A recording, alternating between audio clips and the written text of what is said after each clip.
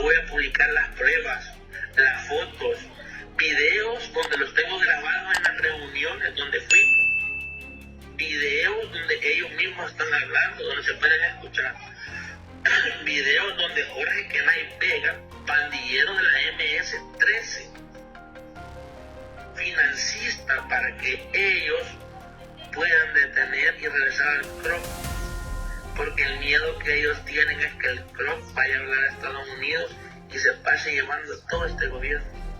La grabación iniciaba con el sonido crudo de la respiración entrecortada de Rafael, mientras su voz, entrenada en la calle y el encierro, decía: «Jefazo, ya tengo algo que contarle».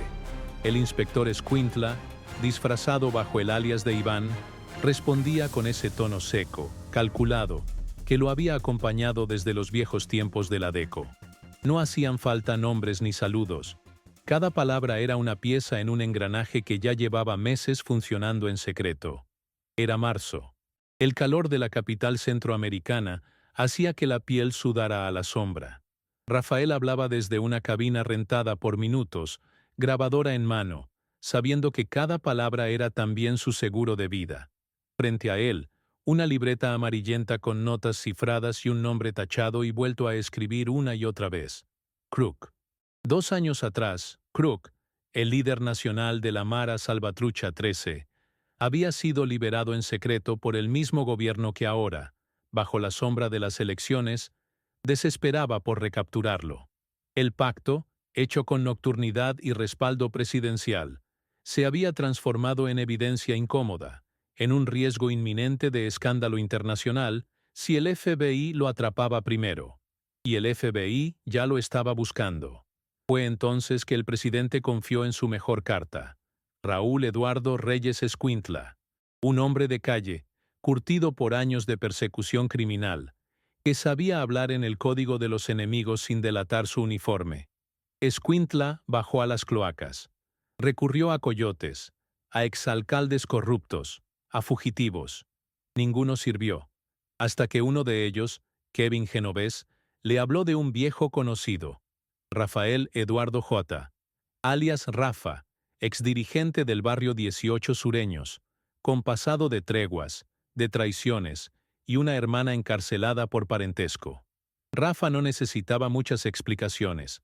Comprendió de inmediato el valor de la desesperación del Estado. En la jerga criminal, esa debilidad se cobra cara. Su hermana había sido detenida sin cargos claros. Estaba encerrada por ser su hermana, nada más. A cambio de su libertad, Rafa ofreció un plan: contactar al cártel Jalisco Nueva Generación para que secuestraran a Crook y lo entregaran, preferiblemente vivo, al gobierno salvadoreño. La operación fue bautizada internamente como Rescate Azul. No existía en papel. No pasó por tribunales. Pero sus coordenadas se definieron en mensajes, audios y reuniones que el inspector Escuintla sostuvo durante meses con Rafa. A través de su hermana, desde una casa de seguridad en San Salvador, se canalizaban las condiciones: viáticos, protección, fechas. El Estado, por medio de Escuintla, le prometió todo. Incluso, como se escucha en los audios, le aseguró: «Tu hermana puede estar en su casa la otra semana. Eso no es problema». El 22 de abril, sin juicio ni expediente formal, la mujer fue liberada. En el papel no había ni una sola firma.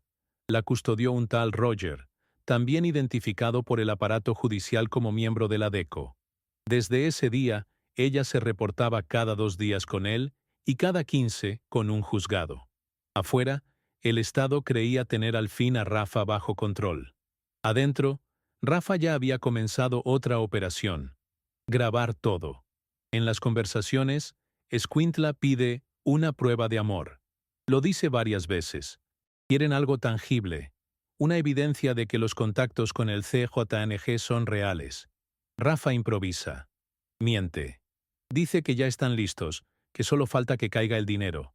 Se habla de $1 millón para el cártel, 250,000 para su pandilla y 50,000 para él. De esos, solo llegaron 4,000, entregados en efectivo a su familia. El resto era humo. La operación era una trampa. Rafa nunca tuvo contacto con el CJNG. Nunca pisó Guadalajara. Nunca activó a su pandilla. Lo que hizo fue alimentar la desesperación del gobierno, obtener la libertad de su hermana y ganar tiempo hasta que pudiera negociar su salida con los Estados Unidos. Cuando el FBI capturó a Kruk en noviembre, en Chiapas, ya era tarde. Rafa estaba bajo protección estadounidense. El inspector Escuintla, ese hombre blindado por años de operaciones encubiertas, fue grabado. Su voz, su número oficial, sus términos, el mandamás, el patrón, la vuelta, todo quedó registrado. Cada mensaje a la hermana, cada audio, cada captura de pantalla. Las pruebas están en manos de periodistas y fiscales.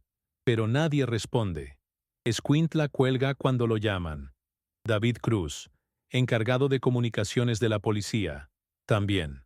Ernesto Sanabria, de la presidencia, guarda silencio. En las calles, la noticia comenzó a filtrarse. La gente que había visto en Bukele un bastión contra el crimen, se encontraba ahora frente a una paradoja. El mismo Estado que liberó a Kruk, que pactó con las pandillas, intentaba ahora borrar esa historia con otra pactada. Para muchos, era una muestra de inteligencia estratégica. Para otros, una evidencia de que el crimen se combate a veces desde adentro. En la Asamblea Legislativa, la oposición exigió una comisión especial, pero los votos no alcanzaron. Los diputados oficialistas cerraron filas. Argumentaron que se trataba de una operación de seguridad nacional y que Rafael, un delincuente buscado, no podía ser fuente confiable de nada.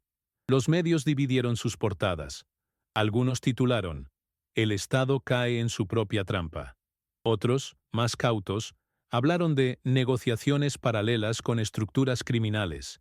En redes, los hashtags oscilaban entre el escarnio y la defensa. Rafa estafador.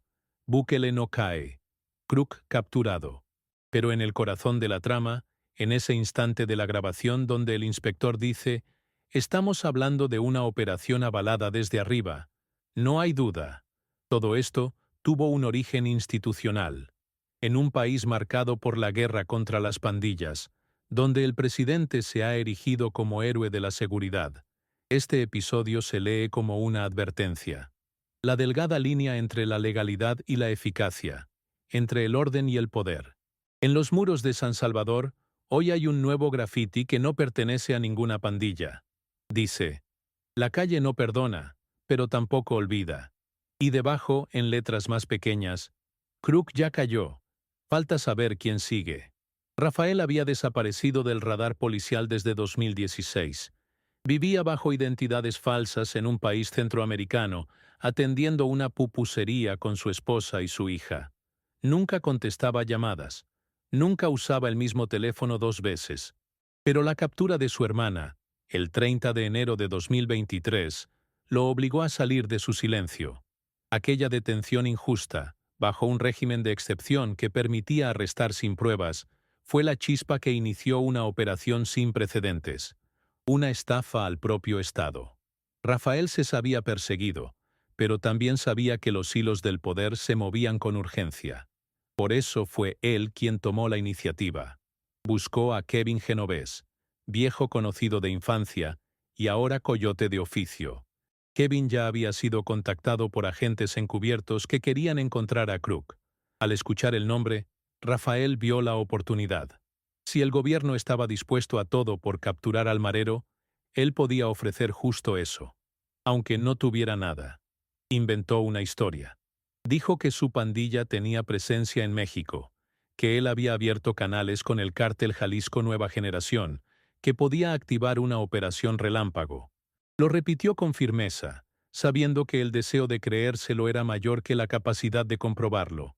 El inspector Escuintla mordió el anzuelo. El 15 de febrero de 2023, sostuvieron su primera conversación directa.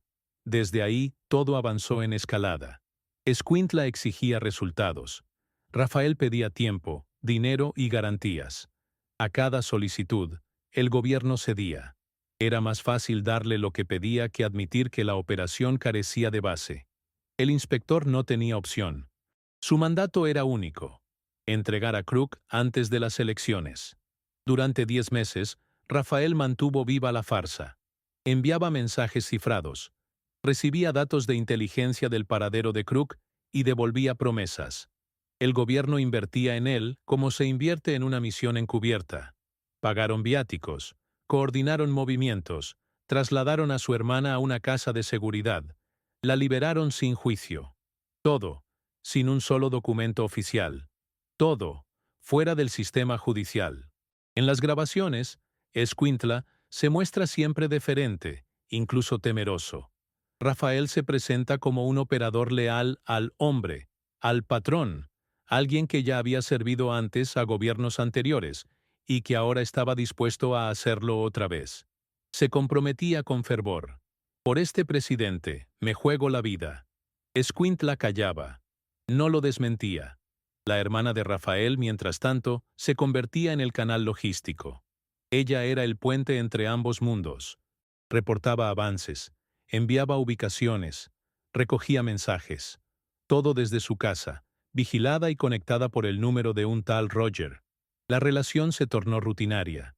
Bendiciones, en la mañana, instrucciones en la tarde. Cada palabra, archivada en capturas de pantalla. Pero nada pasaba. Rafael inventaba razones para no concretar. Decía que el cártel exigía nuevas garantías, que Crook se había movido, que necesitaba volver a viajar. Todo era falso.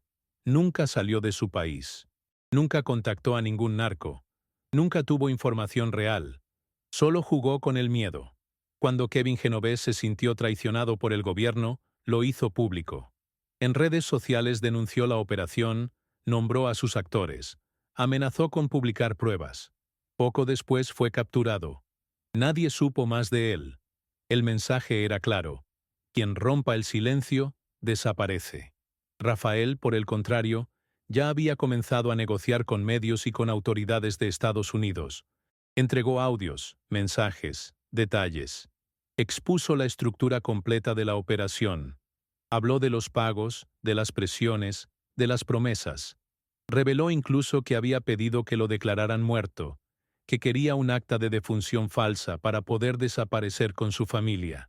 Cuando Crook fue finalmente capturado por el FBI, la reacción del gobierno fue de absoluto silencio. No hubo comunicados. No hubo celebraciones. Rafael y su hermana cruzaron a Estados Unidos por un punto ciego y quedaron bajo protección. El inspector Escuintla nunca volvió a responder llamadas.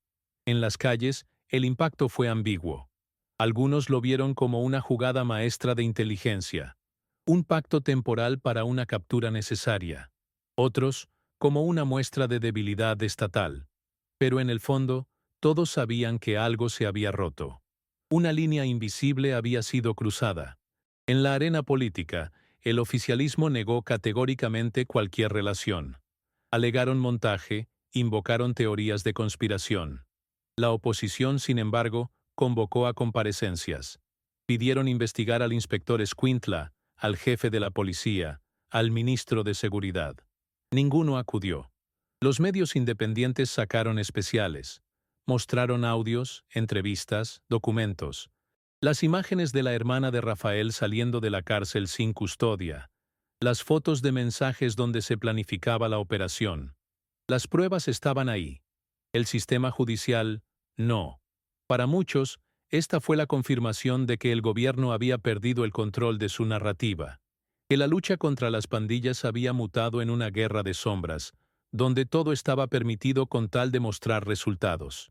Pero para otros, fue también la confirmación de la eficacia de un modelo, uno donde las estructuras criminales eran infiltradas, manipuladas y derrotadas desde adentro. Un modelo donde el Estado, liderado por Bukele, estaba dispuesto a jugar en todos los tableros con tal de devolver la paz. Una cosa era cierta. Nunca antes un pandillero había logrado engañar al aparato de seguridad de esa forma. Y nunca antes ese aparato había apostado tanto por una sola ficha. En ese punto, ya no era una operación. Era una apuesta por el tiempo, por la percepción, por el control. Y en esa apuesta, todos estaban al borde del abismo. La última vez que Rafael se comunicó con el inspector Escuintla fue una llamada breve. No había audios largos, no había promesas. Solo una voz neutra y una despedida escueta. El silencio había comenzado a pesar más que las mentiras. En paralelo, los mensajes al número oficial de la DECO cesaron. La hermana de Rafael, ya fuera del país, dejó de responder. Roger, el otro contacto policial, no volvió a escribir. Y el gobierno se replegó en una estrategia muda. Ignorar, desviar, desmentir. Pero los documentos hablaban solos. Correos oficiales, registros internos, rastreos de números asignados a funcionarios activos. Todo convergía en una misma figura. El inspector Raúl Eduardo Reyes Escuintla. En las capturas de pantalla compartidas por la hermana de Rafael, los mensajes revelaban datos de inteligencia, coordenadas, nombres clave. Las conversaciones eran claras. El Estado estaba comprometido. El operativo había nacido de una urgencia política: capturar a Crook antes de las elecciones. El objetivo era limpiar la mancha del pacto anterior, ocultar la liberación secreta y recobrar control simbólico. Pero la urgencia desdibujó los límites institucionales. Se cruzaron líneas. Se compró información a un pandillero. Se liberó a su hermana. Se financió una farsa. En los barrios donde antes la MS-13 dictaba ley, la noticia corrió rápido. Nadie hablaba en voz alta, pero todos sabían que el gobierno había sido estafado, que un homeboy había logrado negociar con el Estado, que la hermana de un palabrero había salido libre sin juicio. Todo eso era más elocuente que cualquier titular. En las colonias del Oriente, los soldados aumentaron sus patrullajes. Las redadas se intensificaron. El mensaje era claro: recuperar el control, borrar el rastro, disuadir futuras filtraciones. En los juzgados, ningún fiscal quiso hablar. En la policía, los voceros desaparecieron. El caso había sido encapsulado. La prensa internacional comenzó a mostrar interés. Medios extranjeros preguntaban por los pactos, por los audios, por las evidencias. Las embajadas tomaban nota. Los analistas hablaban de fractura interna. Pero en el discurso oficial, Bukele seguía siendo el héroe, el capturador de Crook, el hombre que había devuelto al país al criminal más buscado. Y en efecto, Crook estaba preso. Capturado por el FBI. Asegurado por Estados Unidos. En su expediente, ya figuraba una lista de revelaciones posibles. Su testimonio podía arrastrar a muchos. De ahí la urgencia salvadoreña por atraparlo primero, por silenciarlo antes. Pero fue tarde. Rafael, mientras tanto, había desaparecido otra vez. Protegido por autoridades extranjeras, su paradero era desconocido. Pero su voz quedó grabada en decenas de clips, audios, entrevistas encriptadas. En una de ellas, dijo: «Nunca tuve poder. Solo tuve el reloj. Y cuando el Estado tiene prisa, el que tiene el reloj manda». La frase se volvió símbolo. Fue escrita en carteles, grafiteada en esquinas, repetida en foros clandestinos. En un país donde el tiempo ha sido siempre una condena, Rafael había demostrado que también podía ser un arma. En la asamblea, las comparecencias se congelaron. Las peticiones de investigación se archivaron. El inspector Escuintla nunca fue removido. Su nombre desapareció de los registros oficiales.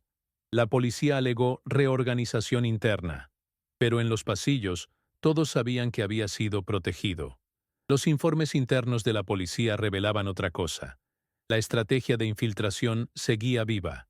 Nuevos operativos buscaban replicar el modelo. Usar exmiembros, negociar desde las sombras, infiltrar cárteles. Era una guerra no declarada.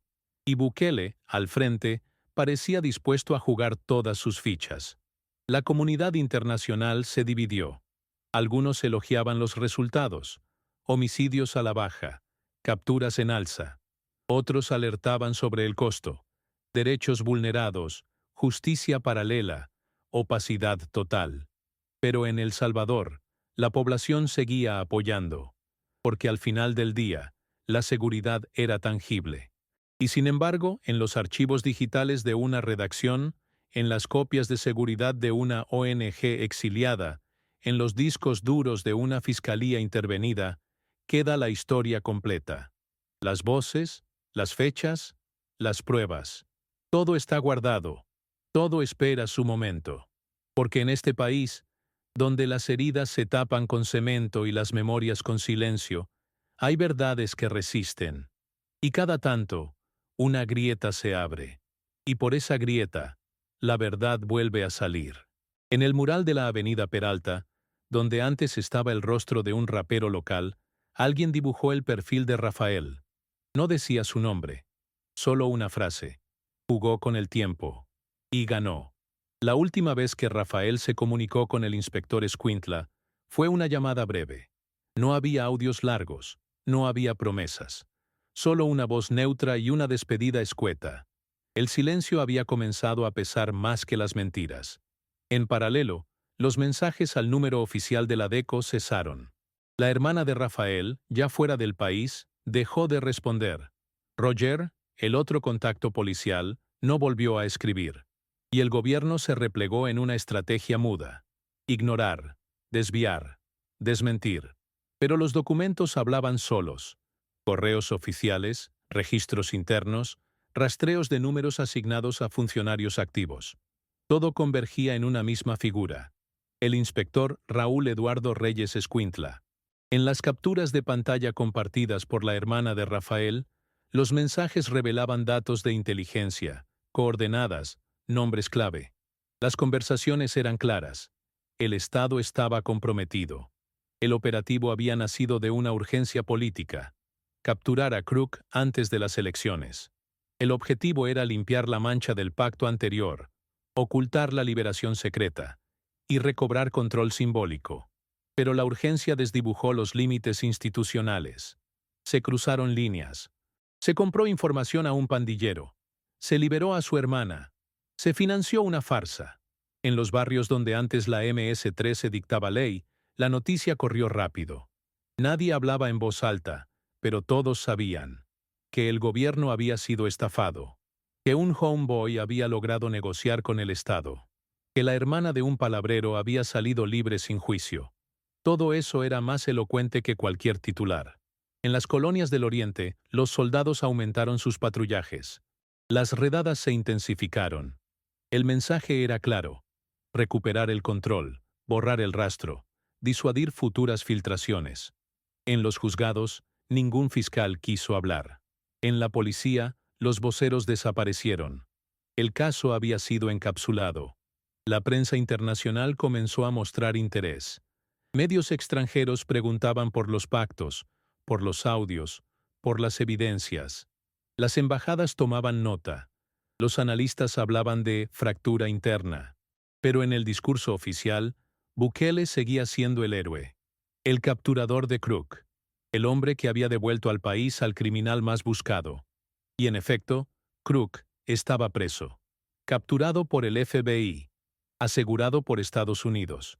En su expediente, ya figuraba una lista de revelaciones posibles. Su testimonio podía arrastrar a muchos. De ahí la urgencia salvadoreña por atraparlo primero, por silenciarlo antes. Pero fue tarde. Rafael, mientras tanto, había desaparecido otra vez. Protegido por autoridades extranjeras, su paradero era desconocido, pero su voz quedó grabada en decenas de clips, audios, entrevistas encriptadas. En una de ellas, dijo: «Nunca tuve poder, solo tuve el reloj, y cuando el Estado tiene prisa, el que tiene el reloj manda». La frase se volvió símbolo. Fue escrita en carteles, grafiteada en esquinas, repetida en foros clandestinos. En un país donde el tiempo ha sido siempre una condena, Rafael había demostrado que también podía ser un arma. En la asamblea, las comparecencias se congelaron. Las peticiones de investigación se archivaron. El inspector Escuintla nunca fue removido. Su nombre desapareció de los registros oficiales. La policía alegó reorganización interna. Pero en los pasillos, todos sabían que había sido protegido. Los informes internos de la policía revelaban otra cosa. La estrategia de infiltración seguía viva. Nuevos operativos buscaban replicar el modelo. Usar exmiembros, negociar desde las sombras, infiltrar cárteles. Era una guerra no declarada. Y Bukele, al frente, parecía dispuesto a jugar todas sus fichas. La comunidad internacional se dividió. Algunos elogiaban los resultados: homicidios a la baja, capturas en alza. Otros alertaban sobre el costo, derechos vulnerados, justicia paralela, opacidad total. Pero en El Salvador, la población seguía apoyando, porque al final del día, la seguridad era tangible. Y sin embargo, en los archivos digitales de una redacción, en las copias de seguridad de una ONG exiliada, en los discos duros de una fiscalía intervenida, queda la historia completa. Las voces, las fechas, las pruebas, todo está guardado. Todo espera su momento. Porque en este país, donde las heridas se tapan con cemento y las memorias con silencio, hay verdades que resisten. Y cada tanto, una grieta se abre. Y por esa grieta, la verdad vuelve a salir. En el mural de la avenida Peralta, donde antes estaba el rostro de un rapero local, alguien dibujó el perfil de Rafael. No decía su nombre, solo una frase. Jugó con el tiempo. Y ganó.